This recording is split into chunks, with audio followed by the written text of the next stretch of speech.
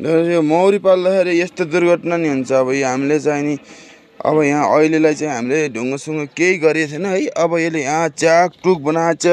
त्यसपछि अब कत्थेर आयो के आयो, आज चाहिँ भरत दाई चाहिँ निदाएछ। अनि भरत दाई निदायो बेला च्याप्पा आएर बाक्सा झिकेर च्याकटुक अब मान्छेले जस्तै गरेर होइन। अब यो चाहिँ यो खुदे भन्छ नि, अब खुदेले खा होला अब भनौँ न। अब यो चाहिँ भरत दाईको आज यो मौरी पालनको यो पहिलो घटना है यस्तो भएको। अब यहाँ रानी ठिक छ कि छैन, कहाँ छ भनेर आज हामीले हेर्छौँ।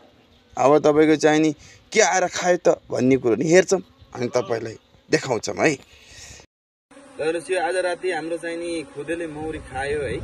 त्यसपछि यसमा रानी बिहान अहिले हेर्दाखेरि हामीले भेट्टाउन सकेका थिएनौँ, तर रानी त्यही बचेको रहेछ भन्ने थाहा भयो। आज यिनीहरूले चाहिँ फेरि यो ठाउँमा नबस्ने निर्णय गरे। अब यसलाई पनि हामीले व्यवस्थापन चाहिँ गर्छौँ। अब यिनीहरूलाई चाहिँ अब झन्डै 8 फ्रेम मौरी थियो, अहिले बिहान हेर्दा 2-3 फ्रेम मौरी छ होइन। र पनि यो चाहिँ आएको छ सबैभन्दा ठुलो कुरो। अब हामीले रानी गेट लगाएको थियो, त्यो उनीहरूले निस्कन पाएन। मलाई बिहानदेखि यिनीहरूले काम नगरेपछि शङ्का लागेको थियो।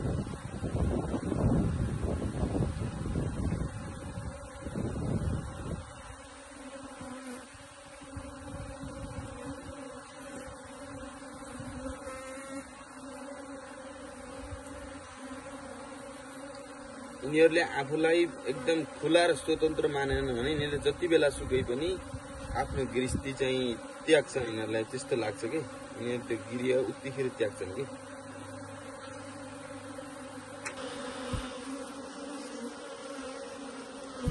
अझ एकचोटि ट्राई गर्छौँ। यहाँ 2 भाइ यहीँ बस्छ, उता उता लड्छन् कि हेर अगाडि अगाडि लडे जस्तो हो।